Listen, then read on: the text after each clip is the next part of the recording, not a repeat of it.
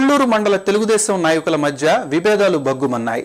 మీ సేవా కేంద్రం మరో వర్గానికి వచ్చేలా ఎమ్మెల్యే శ్రావణ్ కుమార్ చేయటంపై తెలుగు తమ్ముళ్లు మండిపడుతున్నారు. వన మహోత్సవ ఏర్పాట్లను పరిశీలించేందుకు వచ్చిన మంత్రి పుల్లారావు ముందే తమ నిరసన గళం విప్పారు. పార్టీ గెలుపుకు అన్ని విధాలా సహకరించిన తమను కాదని మరో వర్గానికి ఎలా మీ సేవా కేంద్రం అప్పగిస్తారని ప్రశ్నించారు. దీంతో అవాక్కైన మంత్రి పుల్లారావు స్థానిక నాయకులతో మాట్లాడుకొని సమస్యను పరిష్కరించుకోవాలని సూచించారు.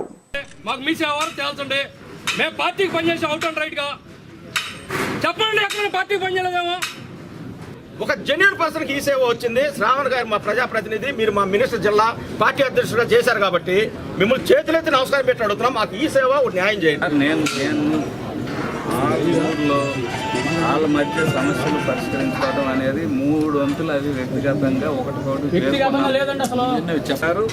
మీ సేవ పెట్టుకోండి, పెట్టుకోమని చెప్తేనే నేను చెప్పాను. సంక్షోభంలో కొట్టుమిట్టాడుతున్న రైతాంగాన్ని రాష్ట్ర ప్రభుత్వం ఆదుకోవాలని వైఎస్ఆర్ కాంగ్రెస్ పార్టీ నేత బొత్స సత్యనారాయణ డిమాండ్ చేశారు. ఈరోజు పార్టీ కార్యాలయంలో ఏర్పాటు చేసిన విలేకరుల సమావేశంలో ఆయన మాట్లాడారు. తడిసిన ధాన్యాన్ని కొనుగోలు చేసి రైతాంగాన్ని ఆదుకోవాలని బొత్స సత్యనారాయణ డిమాండ్ చేశారు. అతివృష్టి అనావృష్టితో పంటలు కోల్పోయిన అన్నదాతల పట్ల ప్రభుత్వం నిర్లక్ష్యం వహించటం తగదన్నారు.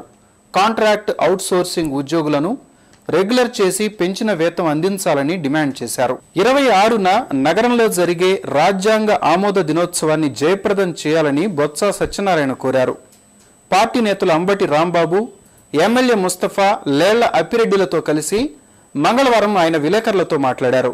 రంగుమాలిన ధాన్యాన్ని ఏదైతే ప్రభుత్వం మద్దతు ధర ఉందో ఆ మద్దతు ధరకి అవన్నీ కూడా సేకరించాలని చెప్పని ఇవాళ వైఎస్ఆర్సీ పార్టీ డిమాండ్ చేస్తున్నాం. బ్రాడీపేట కాంపిటీషన్ సక్సెస్ కోచింగ్ కేంద్రంలో ఈరోజు నగర స్థాయి చెకుముకి పోటీలు జరిగాయి. జన విజ్ఞాన వేదిక ఆధ్వర్యాన జరిగిన ఈ పోటీలకు 60 పాఠశాలలకు చెందిన విద్యార్థులు హాజరయ్యారు. విద్యార్థుల్లో సైన్స్ పట్ల ఆసక్తి, అభిరుచి పెంపొందించే లక్ష్యంతో సైన్స్ టాలెంట్ టెస్ట్ నిర్వహించినట్లు జన విజ్ఞాన వేదిక నగర అధ్యక్ష కార్యదర్శులు సత్యనారాయణ ప్రసాద్ వెల్లడించారు. బ్రాడీపేటలో మంగళవారం నగర స్థాయి సైన్స్ టాలెంట్ టెస్ట్ నిర్వహించారు.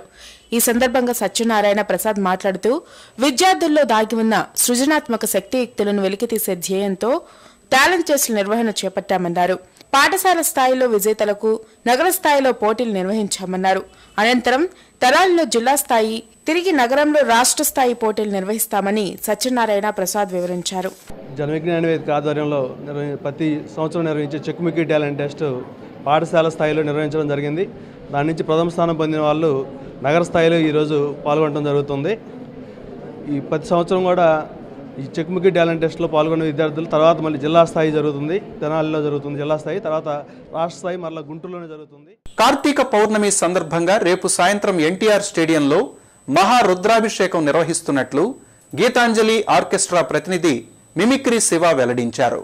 బుధవారం సాయంత్రం గంటన్నర పాటు భక్తి పారవస్యంతో సాగే ఈ రుద్రాభిషేకంలో యావత్ భక్తులు పాల్గొని స్వామివార్ల ఆశీస్సులు పొందాలని శివ కోరారు. మంగళవారం ఆయన మీడియా ప్రతినిధులతో మాట్లాడారు.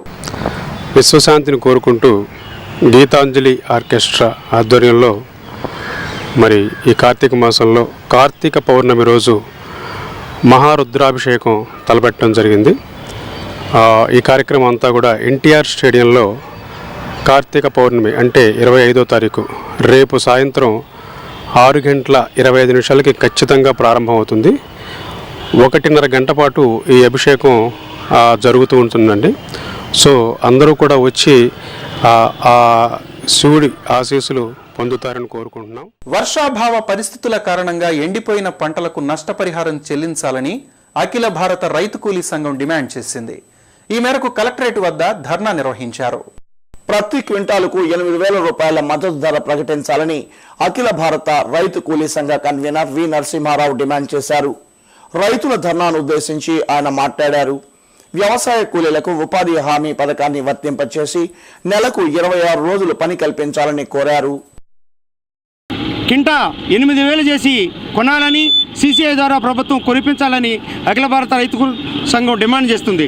అట్లాగే వరి పంట కూడా గతంలో ఎన్నడూ లేని విధానంగా ఈరోజు మన తెనాలి, బాపట్ల, కాకుమాను తదితర ప్రాంతాల్లో మన జిల్లాలో నిలువ ఎండిపోయిన పరిస్థితి.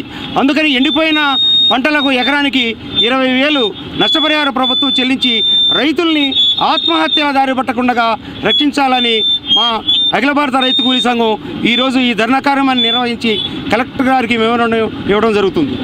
ఇళ్ల స్థలాలు కోరుతూ వికలాంగులు ఈరోజు గుంటూరు మండల తహసీల్దార్ను కలిశారు, వినతి పత్రం అందించారు.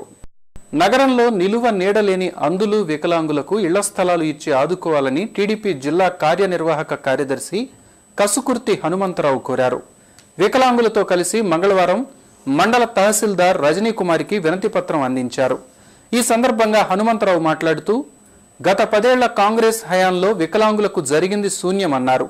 చంద్రబాబు హయాంలో 1,500 రూపాయలకు పింఛన్ పెంచారని, అలాగే ఇళ్ల స్థలాలను కూడా వికలాంగులకు అందించాలని హనుమంతరావు కోరారు. వికలాంగుల పట్ల ఇప్పటికీ చంద్రబాబు నాయుడు గారు పెన్షన్ను 5 రెట్లు పెంచిన ఘనత ఒక నారా చంద్రబాబు నాయుడు గారికి దక్కుతుంది. గత ప్రభుత్వం 10 సంవత్సరాల నుంచి అనేక సార్లు వీళ్ళు అనేక రికమెండేషన్లు ఇచ్చినప్పటికీ వీళ్ళని పట్టించుకున్న నాదుడే లేదు. ఇప్పటికైనా తెలుగుదేశం ప్రభుత్వంలో వీళ్ళకి నివేశ స్థలాలు ఇచ్చి వీళ్ళని ఆదుకోవాలని చెప్పేసి అలాగే విషయాన్ని ఈరోజు మన గుంటూరు తహసీల్దార్ వారికి రిప్రజెంటేషన్ ఇవ్వడం జరిగింది. దీన్ని మరి తహసీల్దార్ గారు విచారణ చేసి ఖచ్చితంగా దానికి ఏదో ఒక న్యాయం చేస్తామని చెప్పడం జరిగింది. మాకు ఈ ప్రభుత్వం మీద నమ్మకం ఉంది, ఖచ్చితంగా వికలాంగులకు ఏదో ఒక న్యాయం జరిగింది అనే దిశగా మేము. సిటీ న్యూస్ బులెటిన్లో ఇప్పుడు ఒక షార్ట్ బ్రేక్.